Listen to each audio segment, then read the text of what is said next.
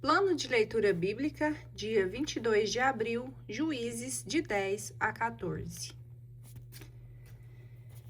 Juízes menores. Depois de Abimeleque, Tola, filho de Fua, filho de Dodô, de Isacar, levantou-se para livrar Israel. Habitava em Samir, na montanha de Efraim, e foi juiz em Israel durante 23 anos. Depois disso morreu e foi sepultado em Samir. A este sucedeu Jair de Galaade, que foi juiz em Israel durante 22 anos. Tinha 30 filhos que montavam em 30 jumentinhos e possuíam 30 cidades que se chamavam ainda hoje Avote Jair, situadas em Galaade. Jair morreu e foi sepultado em Camon.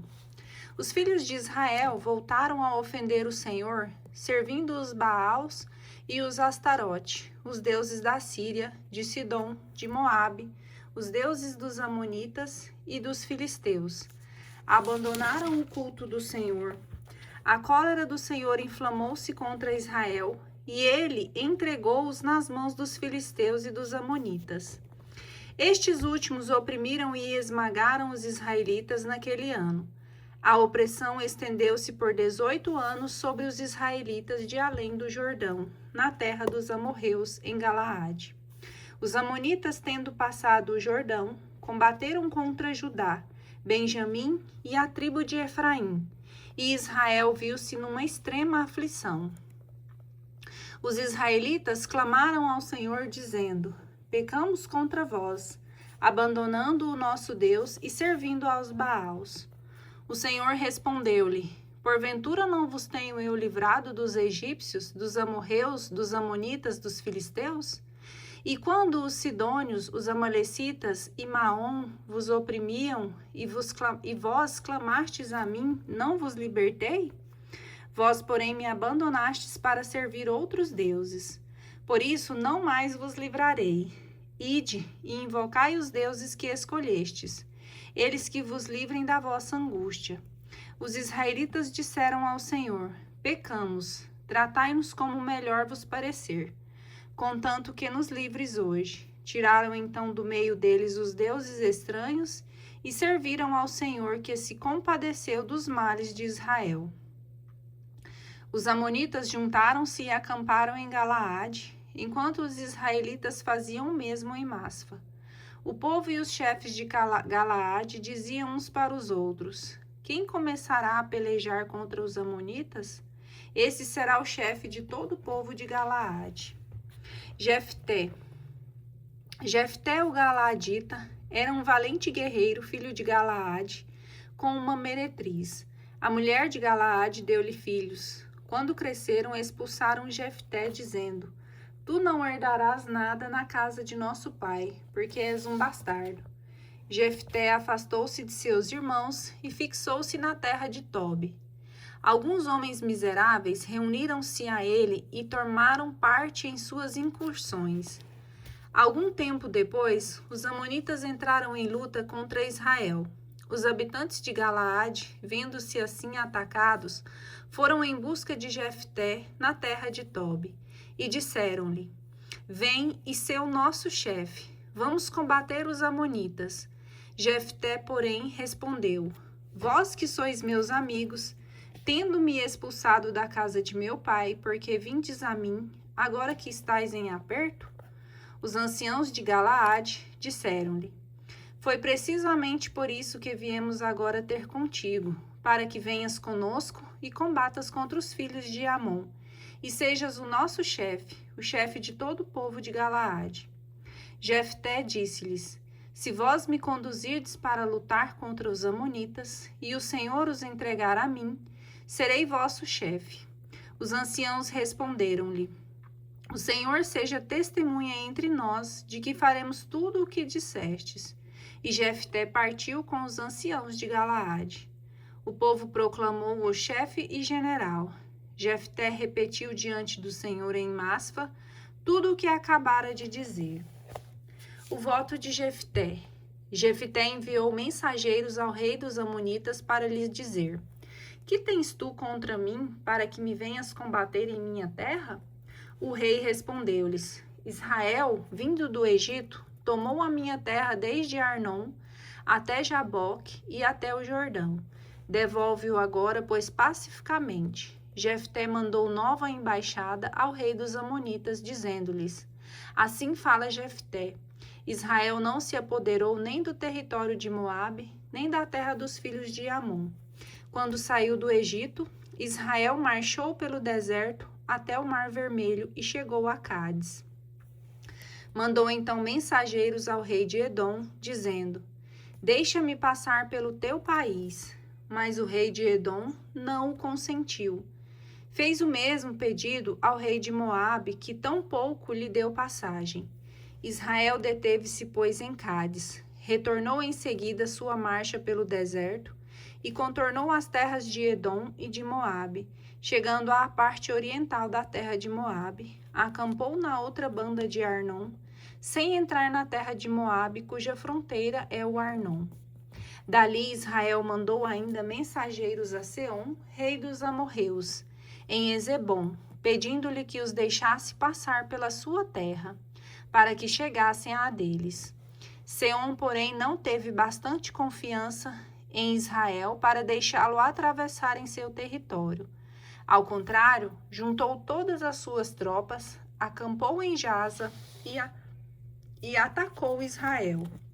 O Senhor Deus de Israel entregou-o com todo o seu povo nas mãos de Israel, que o derrotou e conquistou todas as terras dos amorreus, que habitavam naquela região. Tomou toda a terra dos amorreus, desde o Arnon até Jaboque, e desde o deserto até o Jordão. Agora que o Senhor Deus de Israel expulsou os amorreus diante de seu povo de Israel, tu pretendes possuir a sua terra? Porventura não tens a posse do que te deu a conquistar o teu Deus Camus? E nós? Por que não possuiríamos tudo aquilo que o Senhor Deus nos expulsou diante de nós? Serias tu melhor que Balaque, filho de Sefor, rei de Moabe? Acaso disputou ele com os israelitas ou combateu contra eles? Eis já 300 anos que Israel habita em Ezebom e em suas aldeias, em Aroer e em suas aldeias, em todas as cidades banhadas pelo Arnon. Por que não lhe tirastes essas terras durante todo este tempo?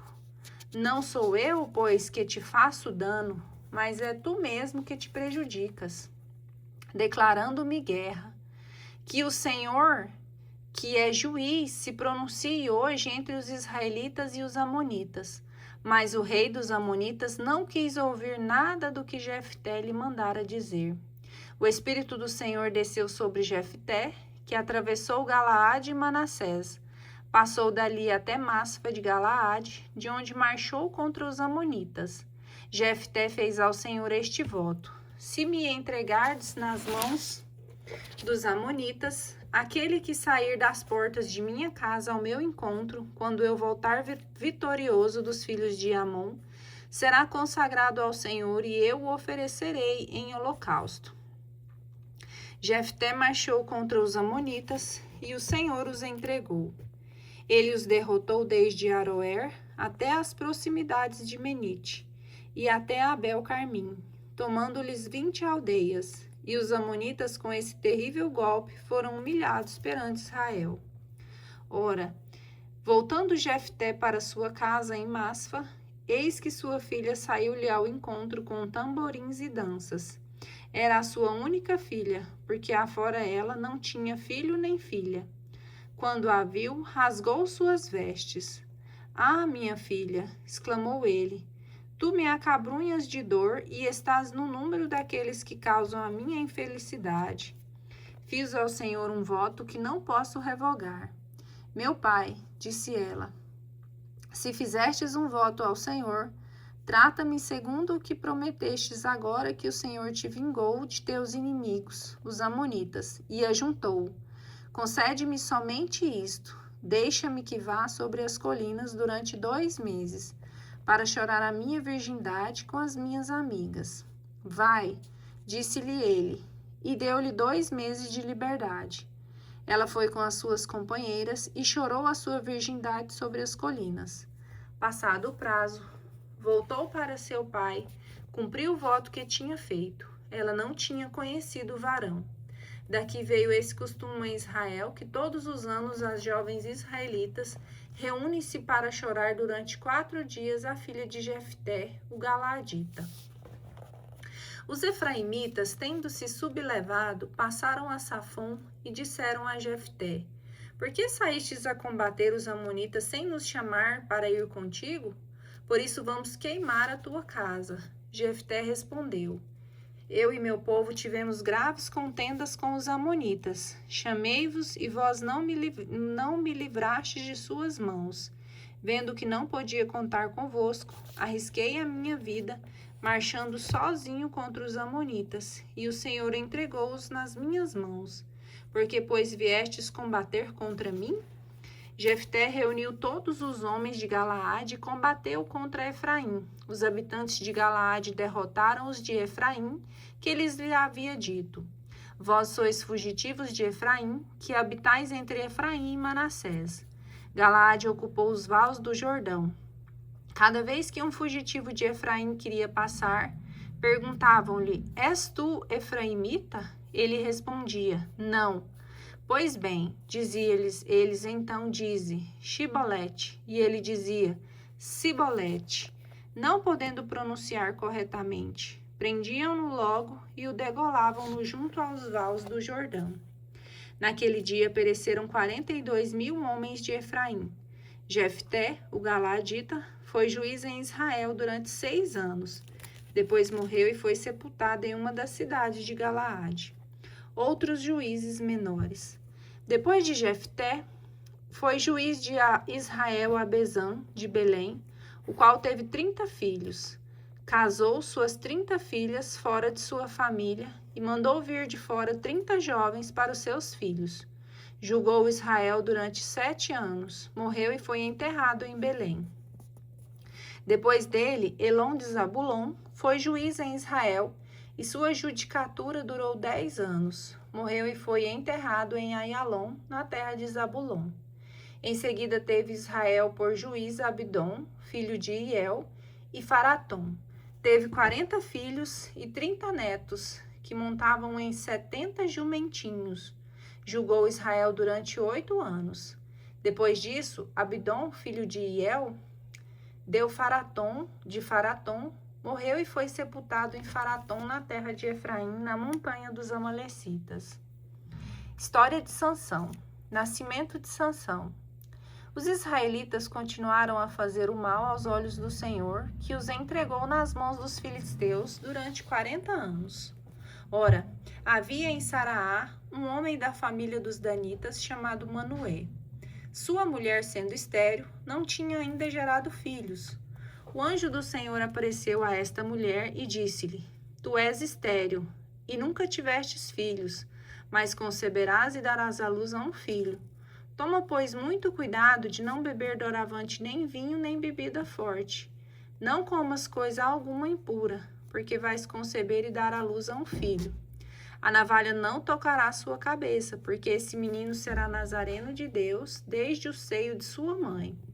Será ele quem livrará Israel da mão dos filisteus. A mulher foi ter com seu marido. Apresentou-se a mim um homem de Deus, disse ela, que tinha um aspecto de um anjo de Deus em extremo terrível.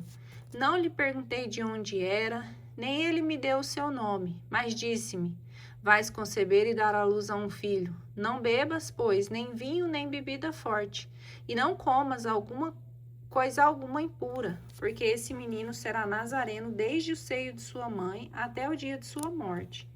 Então Manoé invocou o Senhor, dizendo: Rogo-vos, Senhor, que o homem de Deus que nos enviastes volte novamente e nos ensine o que devemos fazer acerca do menino que há de nascer. Deus ouviu essa oração e o anjo de Deus veio de novo visitar a mulher. Quando esta se achava no campo, Manoé, seu marido, não estava com ela. Ela correu imediatamente a dar ao seu marido a notícia, dizendo: O homem que vi no outro dia apareceu-me novamente. Manoé levantou-se e seguiu sua mulher até junto do homem. És tu, disse ele, o homem que falou à minha mulher? Sou eu mesmo, respondeu o desconhecido. Manoé replicou: quando se cumprir a tua palavra, de que maneira havemos de criar esse menino e o que teremos de fazer por ele?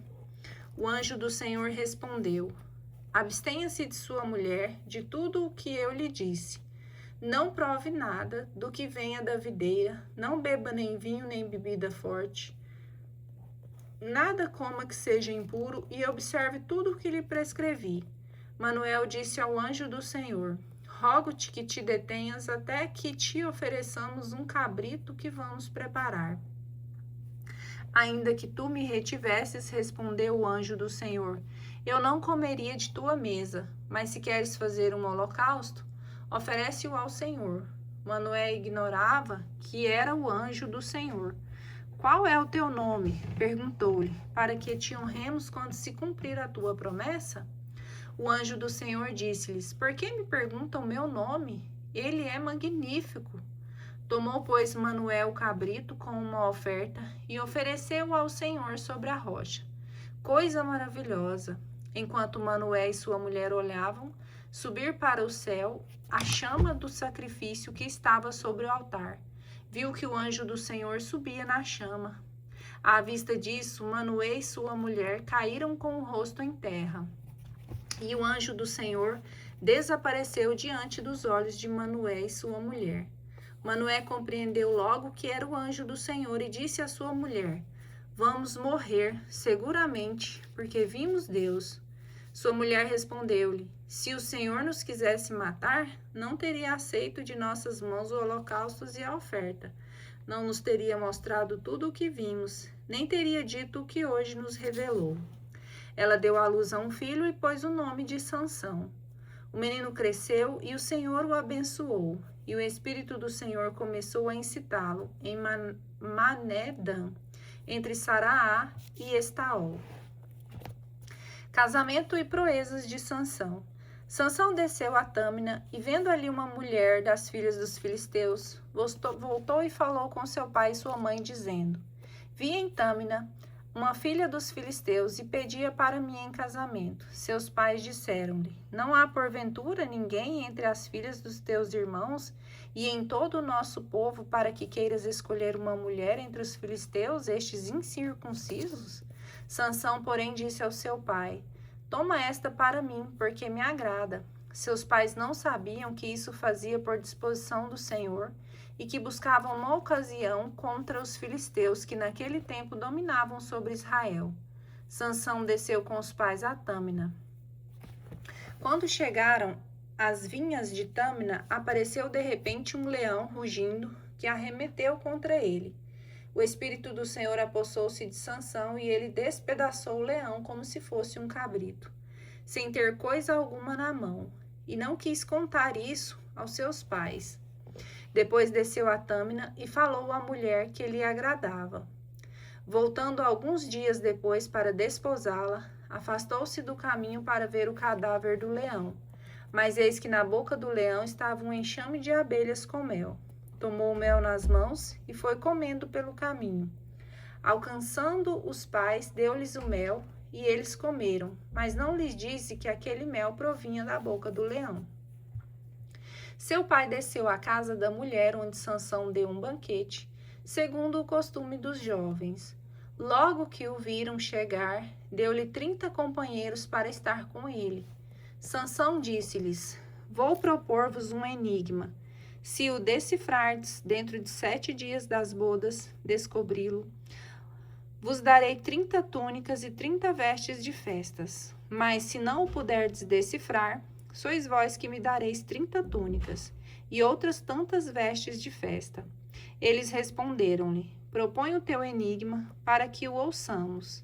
Ele lhes disse, do que come, saiu o que se come, do forte, saiu doçura.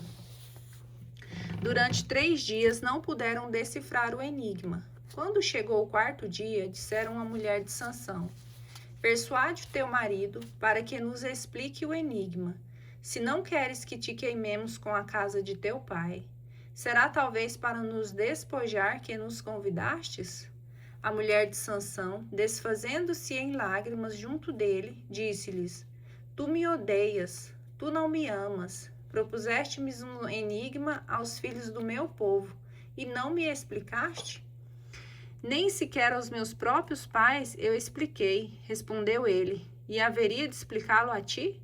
E ela chorava até o 7º dia das bodas. Ao 7º dia, enfim, importunado por sua mulher, deu-lhe a chave do enigma e ela, por sua vez, apressou-se a declará-la aos seus compatriotas. Estes, no 7º dia antes do pôr do sol, disseram a Sansão: que coisa é mais doce que o mel? Que coisa é mais forte que o leão? Sansão disse-lhes: se vós não tivesseis lavrado com a minha novilha, não teríeis descoberto o meu enigma. Apoderou-se dele o Espírito do Senhor e desceu a Ascalon. Matou ali 30 homens, tomou seus despojos e deu 30 vestes de festa aos que tinham explicado o seu enigma. Voltou enfurecido para a casa paterna. Sua mulher, porém, foi dada em casamento a um jovem que tinha sido seu companheiro nas bodas.